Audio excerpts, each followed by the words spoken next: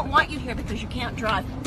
This woman in a parking lot says and does all the wrong things. You see? You crossed the line. I crossed the line. You don't know a damn thing. Go back to China where you belong. Ah, yes, the old my bad, I screwed up, so let me be a bigot to get out of it. China lady. China lady. She then uses an anti-Asian slur 4 times as she struggles to get into her car.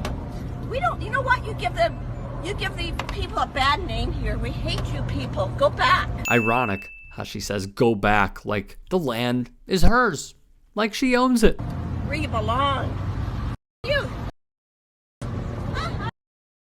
She then swears some more at the lady and gets in her vehicle. The CBC reported the police got involved when they caught wind of the video that surfaced in a Richmond, British Columbia parking lot. The video, which initially circulated on social media platform WeChat, shows 2 cars parked with their front bumpers touching outside a shopping center. One of the cars had crossed over the painted white parking lines. When confronted about it, the driver of the car who parked over the lines gets angry. You don't know a damn thing. Go back to China where you belong, the driver, a Caucasian woman, says in the video. That woman, Carla Waldman, had the gall to tell the CBC she does not care what people are calling her and insisted that she's not a racist person. In order to ensure the integrity of the investigation and privacy of the individuals involved, we are asking the public to respect the investigation process and refrain from posting any comments on social media. Inspector Sunny Parmar said in a news release. The victim, Amy Zhu, told the CBC she and her 3-year-old daughter took Zhu's mother to a doctor's appointment at an office at the mall before returning to find someone had parked their car over the designated space and was touching her vehicle's bumper. She waited for the driver of the other vehicle, who turned out to be Waldman, to confront her about her poor parking. She pans the camera to Waldman's front bumper, which is seen extended over her parking space's marker and touching her vehicle. My daughter was so frightened, she said. The first thing for me to do was calm down my daughter, not argue with her. I'm still mad about this. My kid was there, and this is a really bad example for her. She was frightened and can't sleep now. A woman who identified herself as Waldman confessed over the phone to the CBC that she was the one in the video and admitted her car was touching Zhu's license plate. But the retiree also denied being a racist and said she doesn't regret the language. I do not regret anything I said to her because she was a very mean person, Waldman said.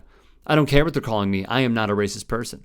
The logic here is obviously deeply flawed. After the investigation, the Richmond RCMP stated that it did not meet the requirements for a criminal charge. While we understand the contents of the video and interaction is disturbing and troubling, in consultation with the BC Prosecution Service, it has been determined that this matter will not proceed to criminal charges, they said in a news release. North of the border. In a report released by the Chinese-Canadian National Council Toronto chapter and a grassroots organization called Project 1907, their survey found that there were 943 reports of racist incidents across the country last year, a 47% increase over 2020. Women continue to submit the majority of complaints, but reports by children and adolescents increased by 286%. Violent attacks were also a continued trend, with a 42% increase in Asians reporting being coughed at or spat on. Organizations warn the true number of all incidents is much higher.